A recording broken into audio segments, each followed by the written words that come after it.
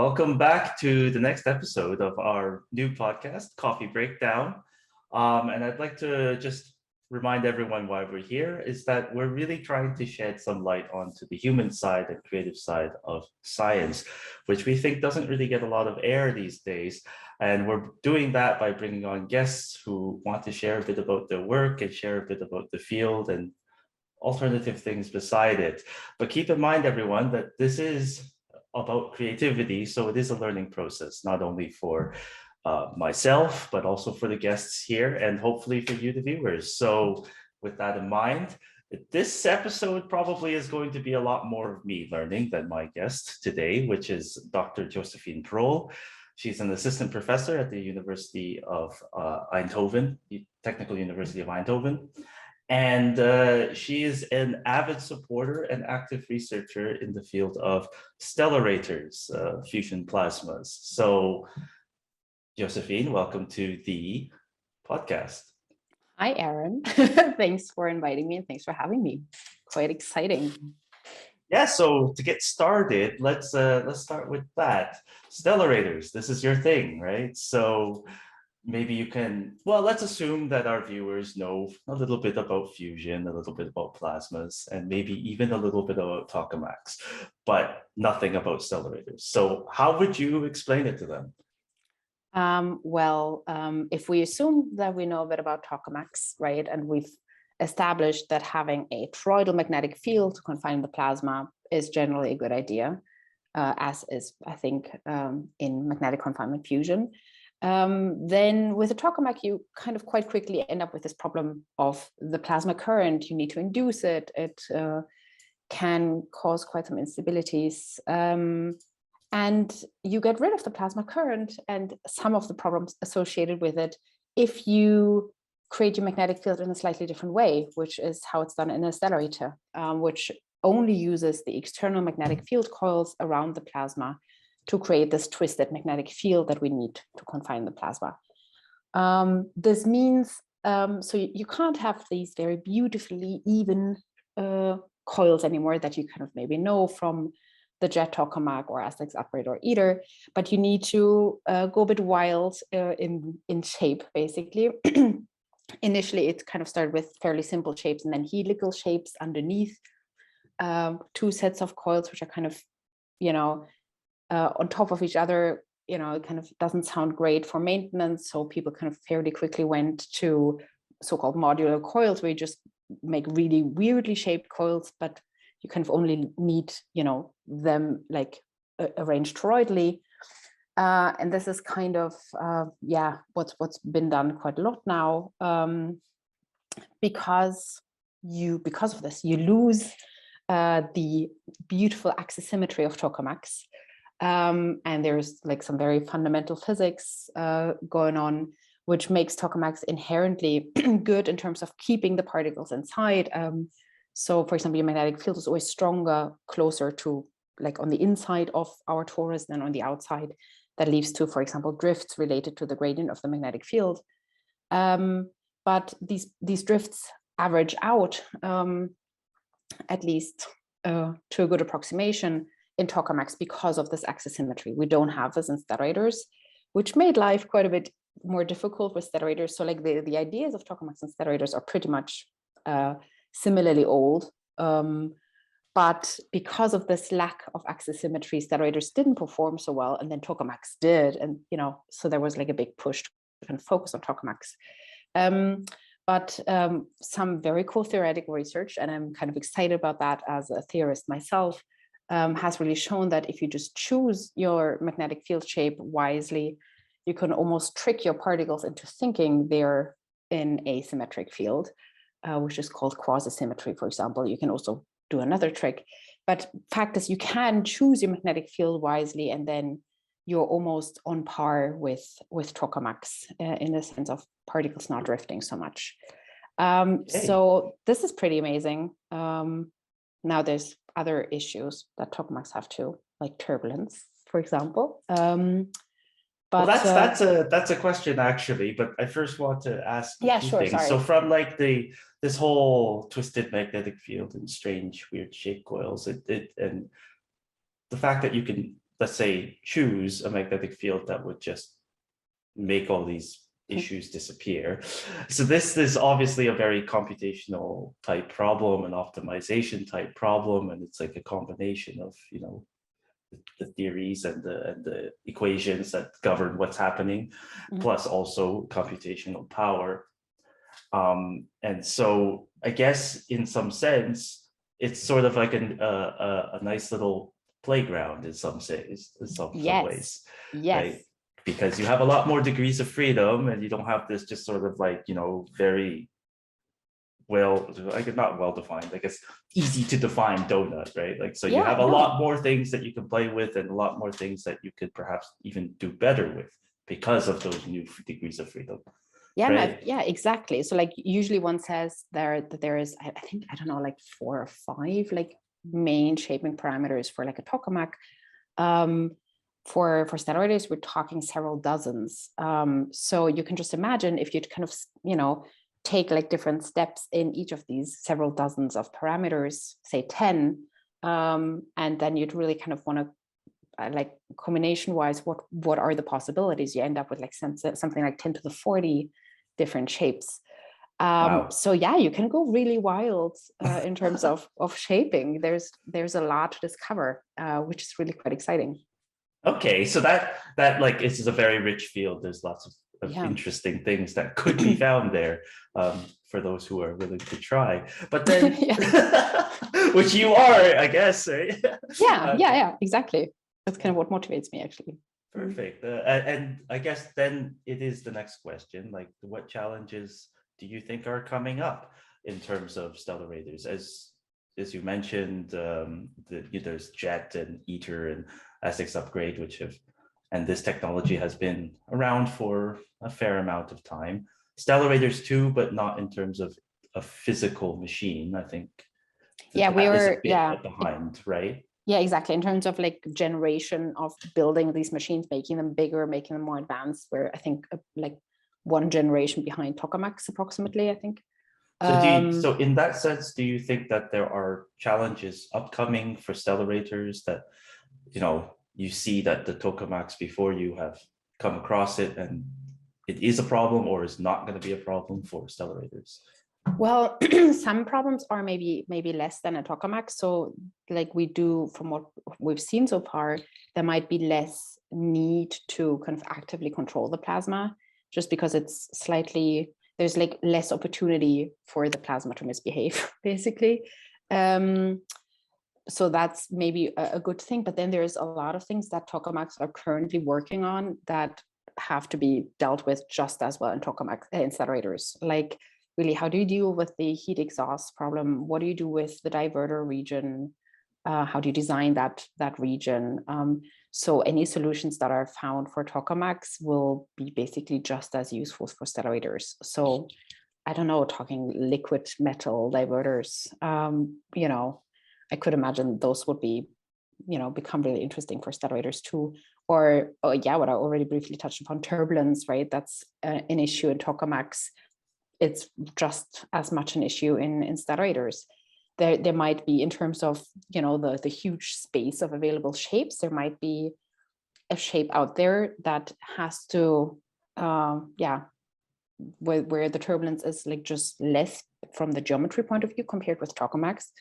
That might be a point where we might want to go, but also maybe not, because then maybe the diverter solution is really hard. So I guess from knowing your research, the turbulence is a bit more of your exactly field. like, so yeah, ideal about, yeah, exactly, I'll focus on the turbulence, and of course I'll be looking for optimal configurations. But as a theorist, at least I'm by now aware that I can't just be like, cool, let's build that machine and everything will be fine.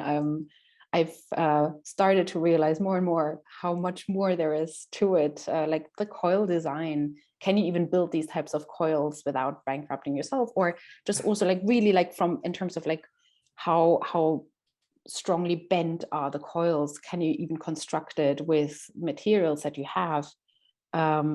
So Yeah, Yeah, no, and I this is mean, something I actually, basically know nothing about, but I I mean, remember seeing like one of the first design sketches of W7X, Wendelstein 7X, which is the biggest, I guess, currently the biggest stellarator in the world. Um, ooh, is I'm that never quite correct? sure. LHD W7X, whether they're like the same size. That's embarrassing. I should know. Well, regardless, one of the biggest in the Yeah, world. yeah. And I remember looking at this diagram, seeing the coils. I'm just like, what is this? Is people are gonna make this? It was Yeah, really, I mean, it was a giant feat of engineering, absolutely. it Um, was. And I think the cool thing is like it has been done now, right? So you kind mhm. of know, okay, you can do it. But you might like so and there you'd really need engineers to assess this, but could you go even crazier, could you make like the curves even more tight basically, and this is really something that needs to be considered if you're planning to build another more crazy shape, for example. Yeah, I guess it's part of it should be or can be considered part of the optimization, right? Exactly, it will have to be kind of considered, yeah, especially Yeah. considering Because you can get a reactors nice at a stage. magnetic field configuration, but if you can't build the coils to create it, then it's sort of not. You have to Yeah, like or put the or if fine you have line to or there. if you have to build so many coils that there's like no space anymore to access the Mm, plasma for remote maintenance, for example, that won't work for a reactor either. mm, So there's like even people starting to think about, can we build these crazily shaped coils but make them that we can take them apart, to okay. like actually access the machine after a while, if you ever need to kind of swap the first wall or something. There's a lot of a lot of Lot engineering of tasks that need to be done. yeah, yeah, that's Yeah, true. There's also a lot of space for innovation and yeah, improvement, right? So yeah, certainly. that's really cool. But getting back to the whole turbulence thing, so this is more your expertise, field of expertise. Yeah. Could you maybe, yeah, without getting into too deep mathematics, I know you're a theoretician and you love all the mathematics, but sort of explain, what is the turbulence? Why is it there, and why is it a problem? Let's say. Yeah, sure. So, well, our big goal in fusion is to make as many particles fuse as possible to get energy out.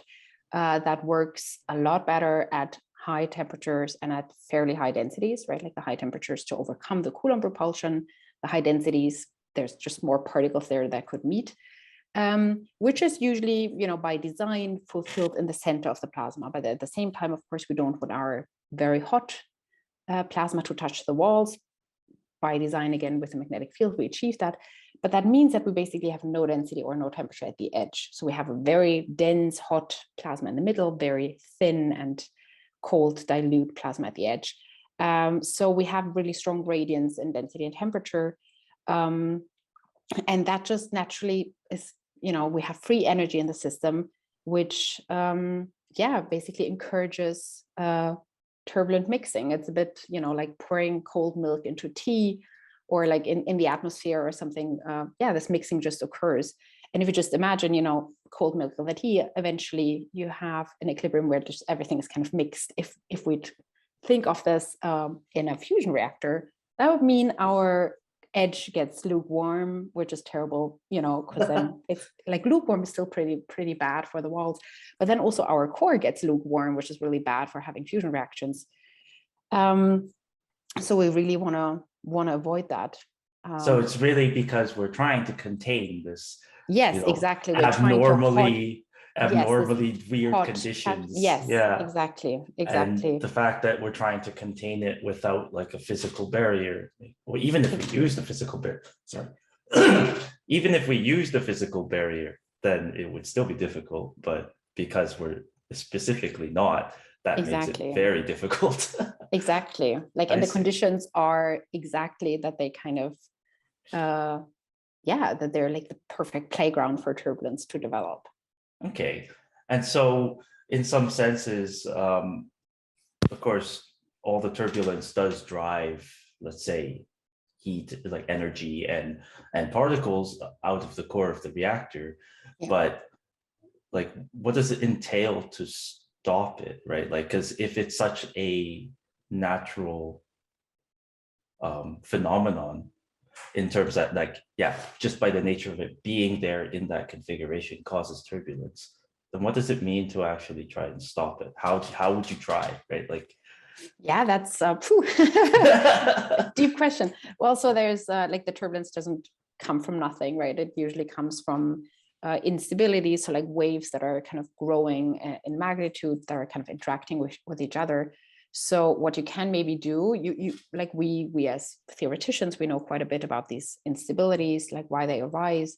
And usually just the mere presence of like a temperature gradient or a density gradient isn't enough. You kind of need something like, I don't know, some particle drifts doing their thing. So if you can maybe somehow, I don't know, yeah, change something about the particle drifts, which are intricately related to the geometry of the magnetic field, then you might be able to make certain instabilities appear only at super steep gradients, which, for example, you might never want to reach, or you might make these instabilities that they're maybe there, but are developing a lot more slowly, and therefore your turbulence would also be less violent, basically. Yeah, and this is really where the magic of stellerators comes in, because maybe there are some shapes where hopefully many of these instabilities aren't quite so active. right. So it's like it's not just the gradients, it's sort of like the interaction of the gradients with other plasma phenomenon Yeah, that cause exactly. actual turbulence. And so having them there with that configuration and that gradient is only half of the puzzle. And Yes, if you can eliminate the other, and the what half we can't avoid, because we exactly. We want want that. the gradients, Yeah, we right? Like want the that's gradients. exactly. But But we can maybe the avoid other it. part. Yeah, Okay. exactly. Okay, and that's why this magnetic field optimization is important, because that's one piece of Exactly. the other That's the one part. half of like why the instabilities are there. Exactly. Okay. So that makes sense in a way that, so through this whole optimization, not only can you achieve, let's say, the same performance as a tokamak, but like it might be possible to improve on it because you can Well, play a few. that's the hope. Yeah. Okay, that's the hope. That's the hope. Yeah. Okay. Yeah, and so I've found, for example, that if, like in a very specific type of magnetic field shape, one entire class of these instabilities, so like it's like a bit like with zoo animals, you kind of sort them into tribes, and like one tribe of them is fully stable, which is kind of nice. And we're now kind of trying to investigate, okay, what does that mean for the other tribes of instabilities? Can we leverage that?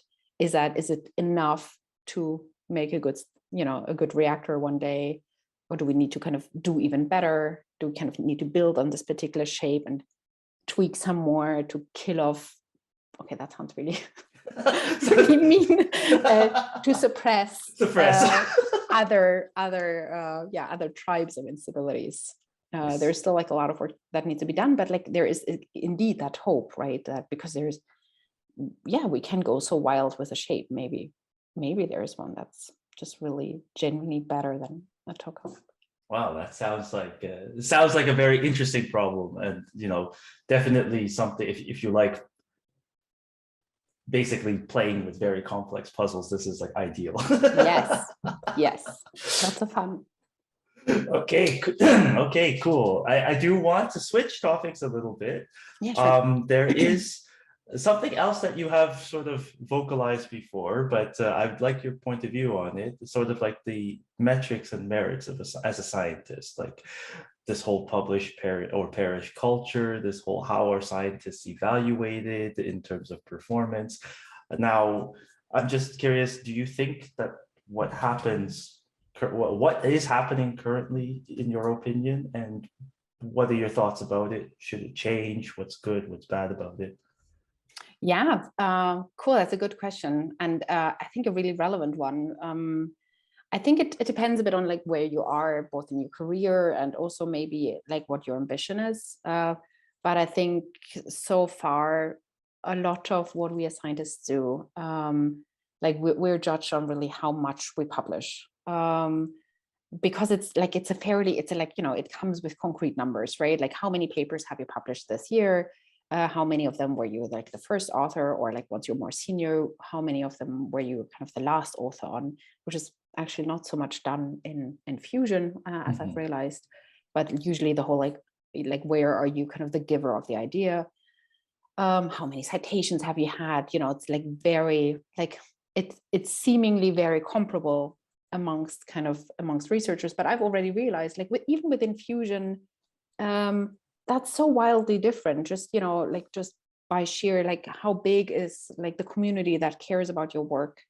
And as a stellarator scientist, it's just by definition basically slightly less relevant to tokamak scientists and vice versa.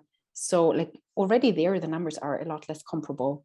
So even though it's kind of, it seems such a comparable number, like your H factor or something, I actually don't think it is, unless you're like really comparing against people in exactly the same situation, basically.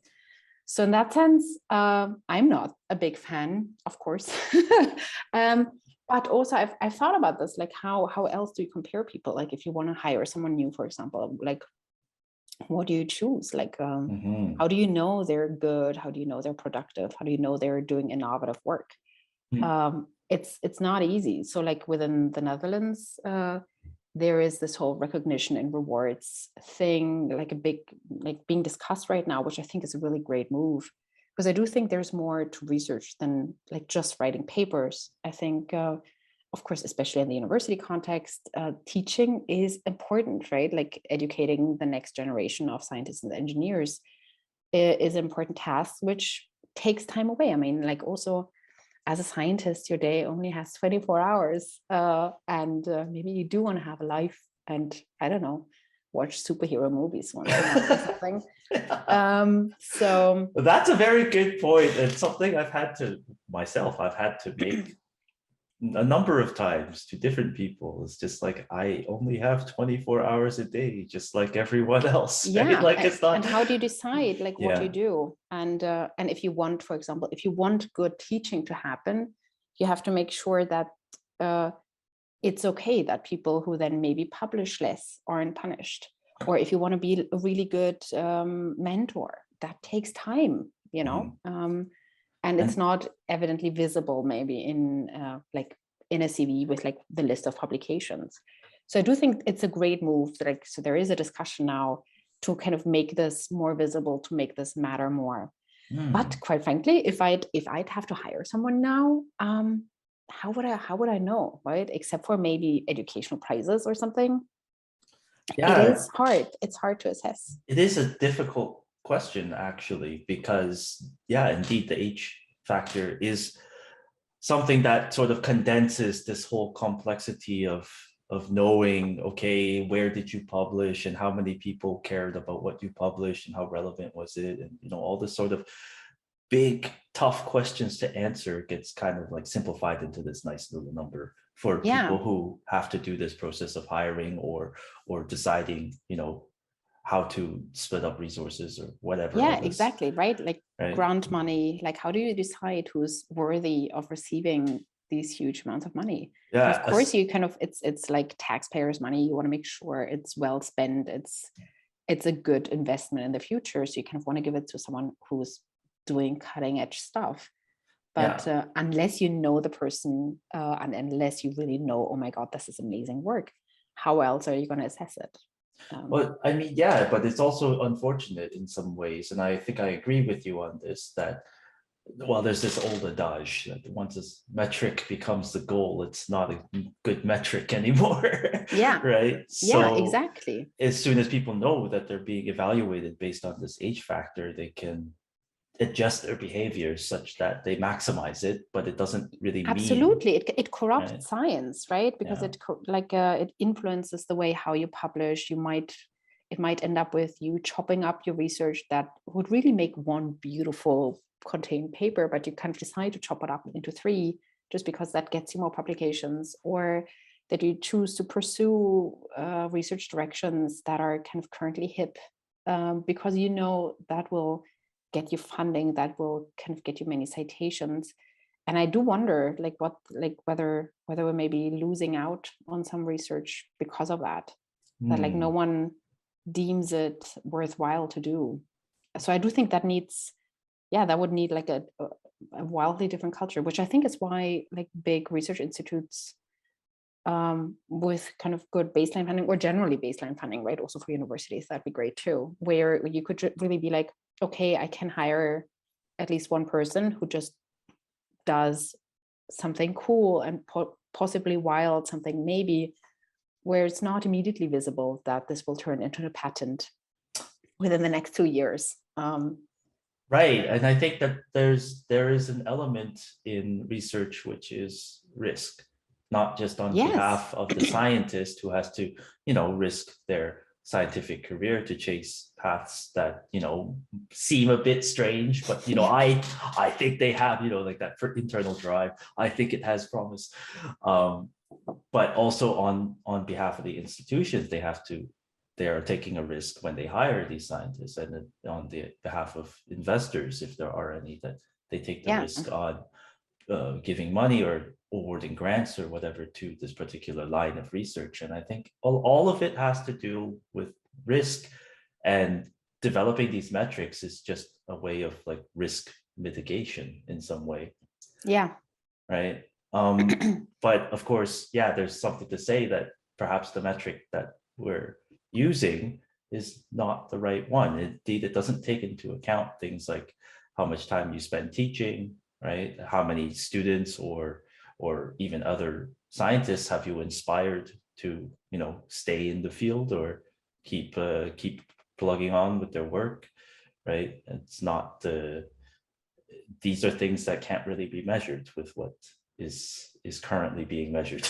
No, exactly. But at the same time, so there is this move to kind of make this more visible. For example, like I wrote a grant proposal recently where instead of like the CV and like the big list of publications, I could write, I don't know, 1.5 pages where I could kind of write all this. But at the same time, I was not allowed to kind of give any age factors or something.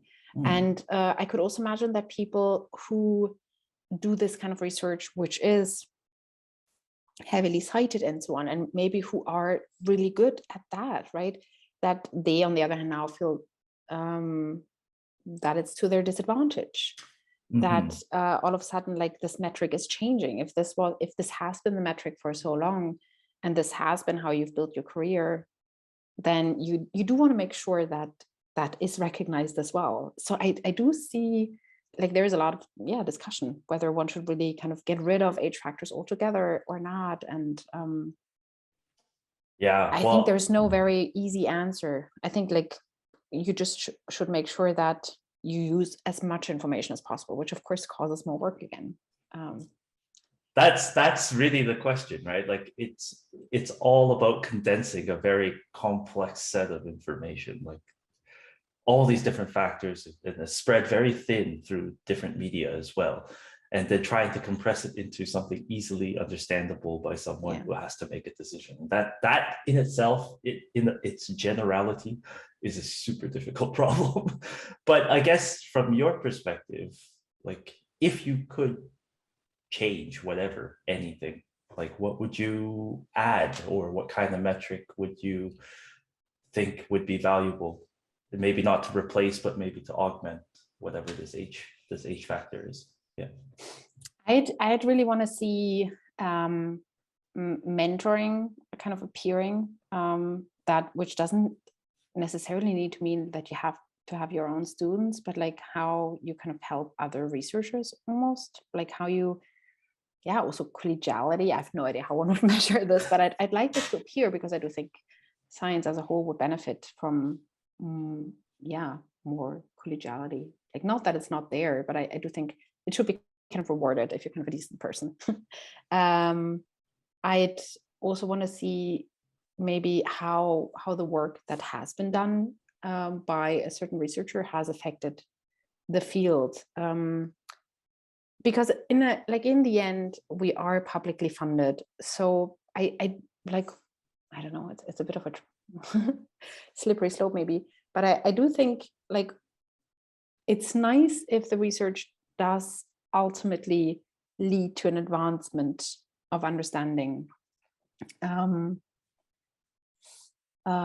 it's very tricky. Ooh. It is very tricky, I think, because like even if we think back on some of like how science develops, some of it is like occasionally, I'm not going to say all of it, but occasionally it's just someone decided this was a good way to spend their time and decided to, write papers or short ones, big ones, who knows, about this esoteric topic, and not thinking that there's going to be some use for it in the future. And then, 20, 50, 100 years later, someone's like, oh, this is great for this particular problem I'm having. Yeah. Right. So you can't, it's really hard to predict that.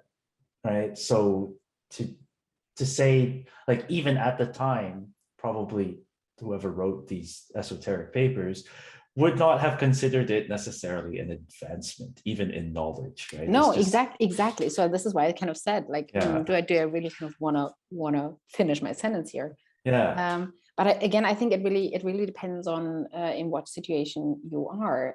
I do think maybe a smaller research group at a university maybe can't afford, like, as cruel as that is, but maybe can't afford to do that kind of research. Whereas a bigger research group with more baseline funding, or with more funding to kind of spend on, these, I don't know how blue you call sky them. projects. Yes, exactly. Yeah. There it could be totally fine. So yeah, I think it really depends on, like, what you need in a new person, like what Yeah. your role is really. Yeah, because So for me it was sort of strange, like because of my background and where sort of the angle that I've approached science. I've always been like more goal oriented, right? Like if I want to see something concrete, tangible at the end. It doesn't have to be tangible, but it has to, like, the benefits that it makes. I want to see the benefits, and that's a bit different than, I would say, this whole blue sky, try things to try things kind of thing. And I found myself a bit at odds with, that type of mentality. Of course, over time, you sort of see how they can work in tandem, but it is something to be said that purely goal driven research is also not the way, I think, because then you miss out exactly on these opportunities for someone to explore something that might have benefit adjacent, but somebody somewhere down the line will find it extremely useful, right? yeah, but again, that's also not for everyone in terms of, like, doing, right? Yeah. Like you might be someone who really, like, strives with having goals to work towards, having something, like, very, very much like that can be finished, where you can be like, okay, cool, I achieved my goal. And if you'd kind of give that person, like, hey, do whatever with, like, 2 days of your week, that might not work for them. So I think just, like, generally, like, seeing more the person rather than the numbers. I think maybe that's a very, very cheesy way to say it, but but it's hard. It's hard. Like I can imagine also, if you have to sort through this list of 50 applicants, and 50 would be a small number for some of these things. yeah. How can you actually get to know every single person who's applying, to know who's the best one, right? Yeah, you can't. It's I think, really but I hard. think this is where the whole network thing is so important. Like, I remember when I kind of Mm. started off, and my my uncle, who's been, was very kind of business savvy, used to kind of tell me that, like, the whole network thing is really important. And I was like, kind of, I was young and innocent, and I was kind of scrunching my nose, because I was like, it's not like that in science, it's really about excellence only. But, like, the more the older I get, the more I realize it is, because, like, not, people can't know you. Like, how will they ever assess your, like, excellence? So I don't know, like, really asking people who have worked with someone to kind of get some more information on the whole image of that person. Like what does that person make? What makes the person tick? How does a person work? Will that fit in with how I work? Because it might be a great researcher, but like it might not be compatible with how I work, and then that's no good either. Like for none of us. So I think in that sense, the whole network thing is sadly quite important. It is, but like in a good true. and in a bad way, right? Yeah. I do think it can be very collegiate and nice and supportive. Yeah, and I think that, well, it's also that itself is a sort of a gray zone, because it also opens doors to things like nepotism, cronyism, Absolutely, blah, blah, absolutely. right? Yeah, So like it can it's again only be like a part of the assessment, basically. exactly, and I think that it's true. It's true because it's a, well, okay, it happens because it's a fact of life, right? Like you can't possibly know everybody or even get to know everybody that applies for a position or is interested in a position. So it's not, it's a way of making it easier to make that decision. Yeah. Of course, it comes with risks that, people can misuse it or misuse the trust that is placed in them, by having that option. And so it's like, yeah, it's a difficult situation for sure. I don't claim to have any answers myself, but this is also part of why I like to have these discussions, like open this podcast to air these issues, and also understand for the viewers to understand precisely how difficult some of these problems are. And this is not even the science, right? Like, exactly. It's like so much to do with humans. Again, something like I did not anticipate when I started. I was like, "Ooh, I'm not big with humans." To be fair, like I do actually enjoy interaction with humans, but like my mother at some point said that, "Oh yeah, it's good that you're not becoming a doctor, because then you can kind of do your thing in your little chamber." And I was slightly insulted because I was like, "Mom, thanks." I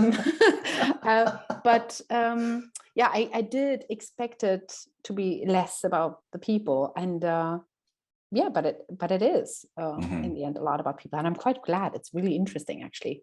But that's true. It's also like, in my opinion, is what makes it rich, because yes, exactly. you have all these people with different opinions, and you kind of like, sometimes it does get a little heated, but oftentimes it's just more like, I never thought of it that way, or like, oh, that's a nice take, and you enrich yourself, your knowledge of the field, and also your knowledge of the world. And the fact that in fusion, actually, we do have a benefit that it's very international and very tightly collaboratively international. It's wonderful. It's, I think, one of the best parts of our job. And so you not only get the different points of view on the science, but also like culturally, right? Like how people work in general, how they approach problems. And it's like, oh, wow, it's very rich. And it's the people that make it rich, right? Yeah, no, I fully agree. It kind of makes you kind of question your own, your own roots that you kind of sometimes take automatically. I think it's really nice.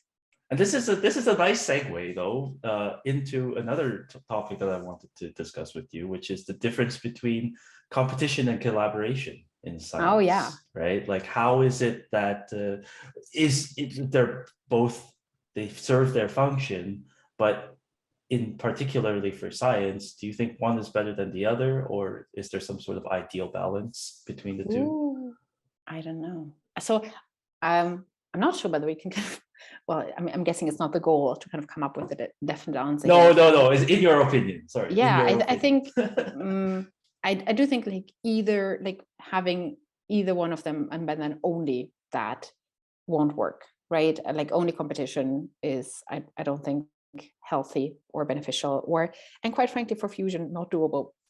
It's such a big problem, and needs so much, so many different types of expertise. It just can't be done on its own. Collaboration only, I don't know. I think fusion sometimes goes into very big collaborations, and I do think, again, as I just said, it's kind of part of the deal. It's like what we need to kind of move the needle forward.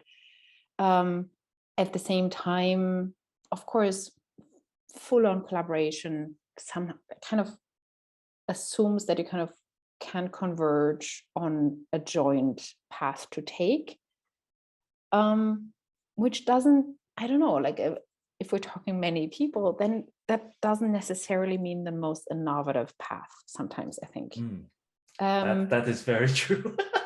So I do think sometimes you end up with like the safe solution, the tried and tested, which I certainly think has its place in the research landscape.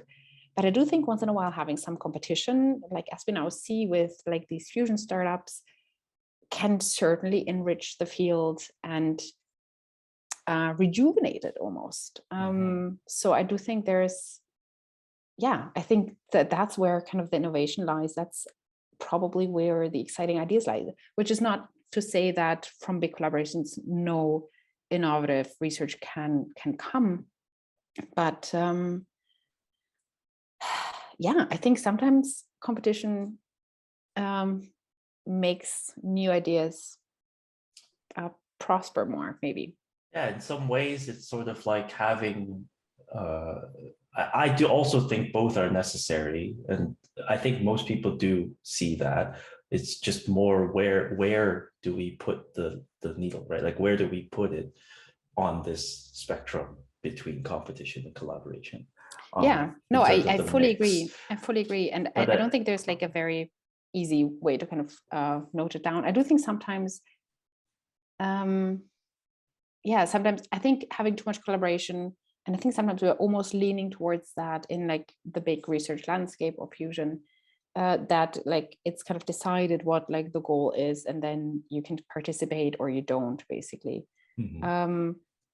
So in that sense, I think maybe a bit more competition might be nice, but on the other hand, it's also comes with like not so nice side effects, right? Of maybe not having funding for the research you might want to do.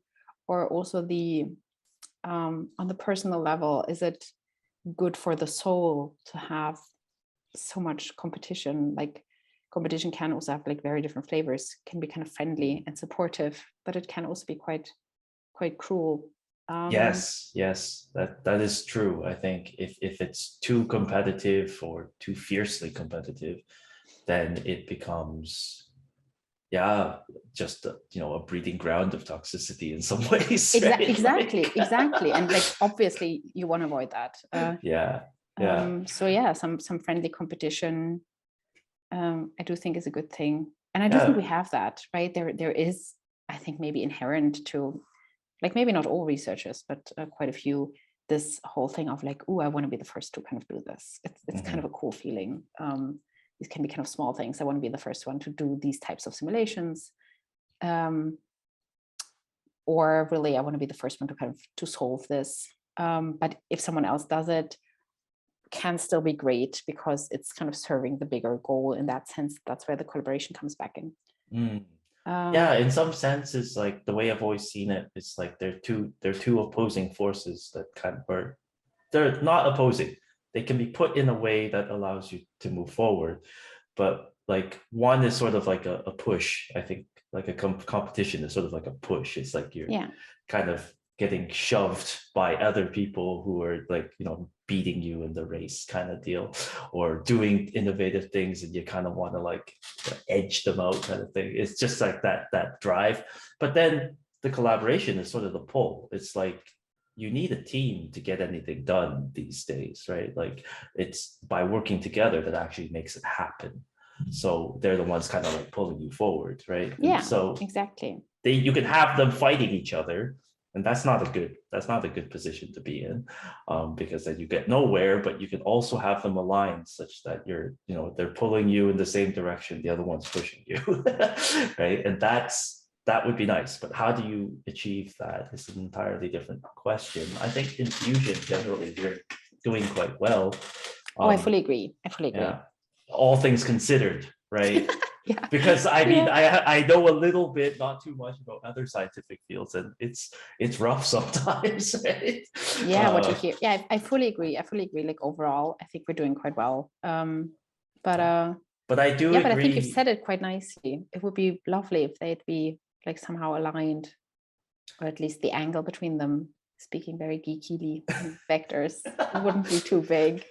Yeah, it's in a way, I think that the competitive portion that we're seeing now with, different startups coming up and trying to claim that they're going to be the first ones, it is injecting a lot of life into the field, right? People are getting excited, and people, I don't mean just the general public, but also scientists Yes, are again absolutely. getting excited about the field. It's like, oh, like this person, it's like sports teams. It's like, oh, that one said this and this one said that. And they're Yeah. gonna like trash Yeah. talk each other and see who Yeah, comes out on and top. also like, oh, they're trying something wild. Maybe I Yeah. wouldn't dare to, but it's still cool to Also, see what they're doing. Maybe I can kind of take a slice of the idea and turn it into something new. And yeah, I fully agree. I do think it's rejuvenating. yeah. Have So competition. so in that sense, but like in terms of your in terms of your understanding of the field, do you think that the balance we have now is ideal, like, or sufficient, or do you think there should still be more pushed one way or the other to kind of make it better? Hmm. um, hmm. I do think we might be a tad too collaborative sometimes. The tad too collaborative in what sense? I don't know. Maybe that like the big goal is kind of pre-decided, and you maybe can take a slice from that, but yeah, I don't know. Okay, there is also like a lot of competition. I'm not sure. I think so. Okay, I think at the moment sometimes the competition is there unnecessarily, because I do think there is technically so much cool research like not being tackled. So I think probably there'd be enough to go around for everyone without Yeah, the need to be competitive with someone else. But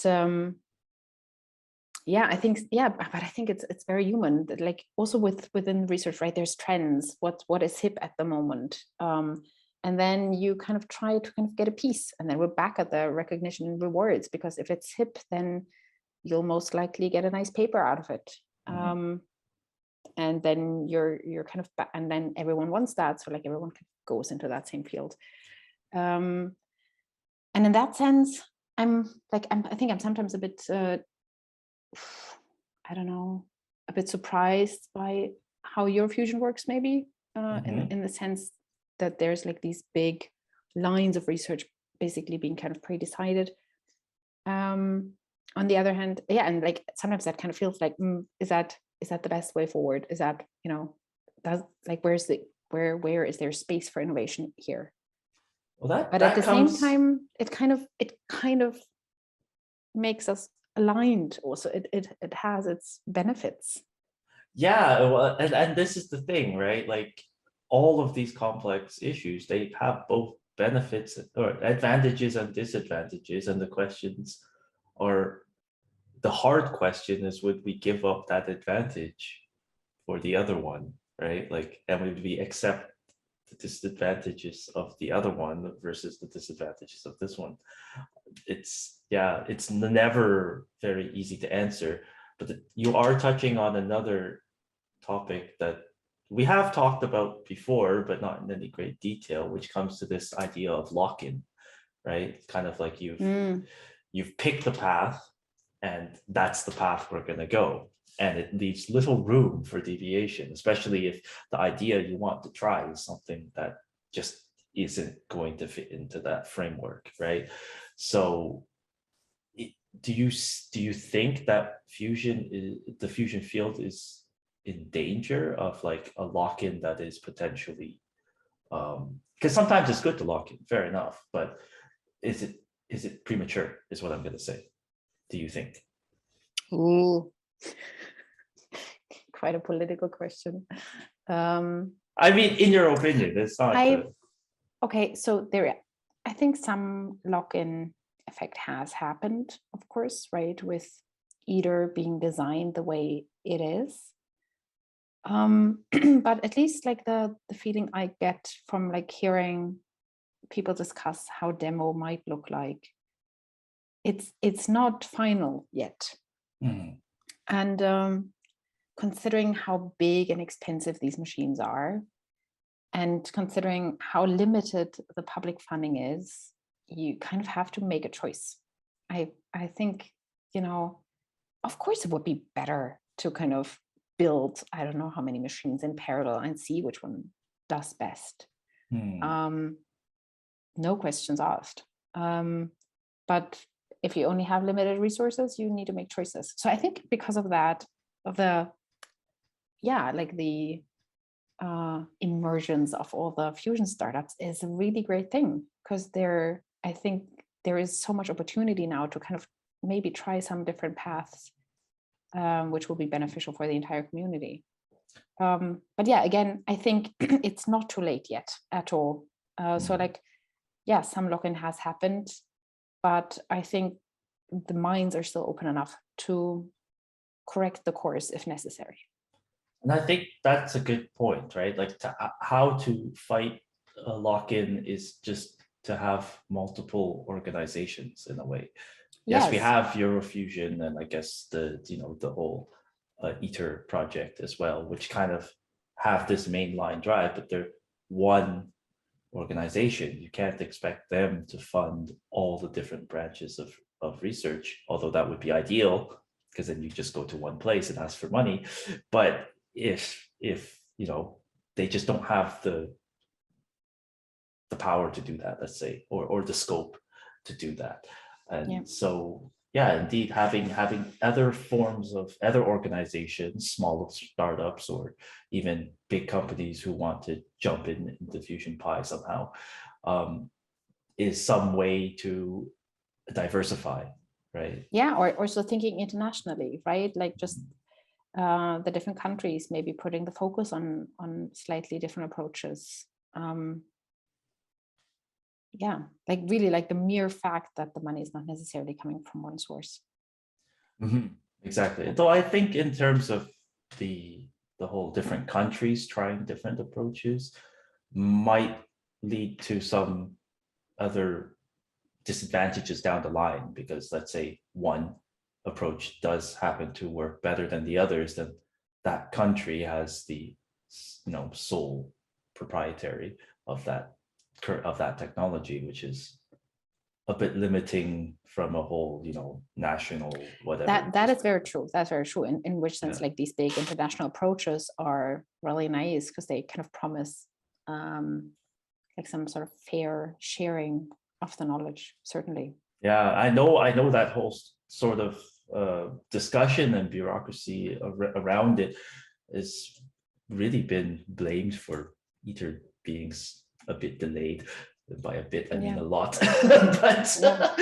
But in some ways that, with such a large collaboration, it's expected that would be an issue, right? Like they sort of knew it would be difficult to organize, and that would cause some issues, but there was also at that time no other real way to do it. There wasn't enough maybe international public interest in fusion enough to have each country start up their entirely own program. So there's no answer to this question, basically. No. Except for more money. I think more money is always the solution. Well, this is also something, and we are nearing the end, but I do want to put this out there. It's sort of like how does money play a role in science? Because you can also equally spend a lot of money and achieving nothing, right? Throwing money at the problem is not always the answer. Sometimes like it takes a little bit of direction, vision, coordination, organization to get it all. I do agree, but I coherent. do think that that kind of starts to be like if you're like above a certain threshold. And I think at the moment with fusion, we're still below it. Fair enough. Okay. So I do think there is quite a lot of really cool ideas that are just kind of waiting for the money to come around the corner to fund it and to try it. And yeah, and of course you will again need to make selections what you try first. But in the hypothetical perfect world of having just a lot more research funding for fusion, that I think I wouldn't complain if there were more No. money in the field, put it that way. Exactly. And yeah, again, you'd need ways to assess how good the ideas are relative to each other. But I am very confident that at the moment there'd be quite a few around that'd be worth spending a lot of money on. So I think at the moment we would not be in danger yet of of funding something entirely useless. Yeah, well, I mean, also the argument circling back, it's sort of the argument of these blue sky projects. In some sense, that is what you are doing when you fund them, right? Like, you don't guarantee that there will be a useful or tangible product at the end, but it's a project worth looking into. Like, you're doing it just for the knowledge, and that it wouldn't be throwing it away if that is your objective. Like try it to try it, right? And so it's sort of whether or not the investor has that mindset as well, or do they really want something tangible? Like, that's a different question. Yeah, but I think especially, indeed. Which I think is why, publicly funded research is so important. Because if it's, often if it's research worth doing, it's unclear whether it's a blue sky project or not. Right. So yeah, exactly. It starts to enter the blurred lines of like, okay, I don't know exactly what you're hoping to get out of this, but it might not be what you think. Or maybe you kind of know what you're hoping to get out, but maybe you don't know whether it will work or not. But does that mean that it should not be funded, that it should not be tried at all? Okay. I think that's a very good statement to end off on.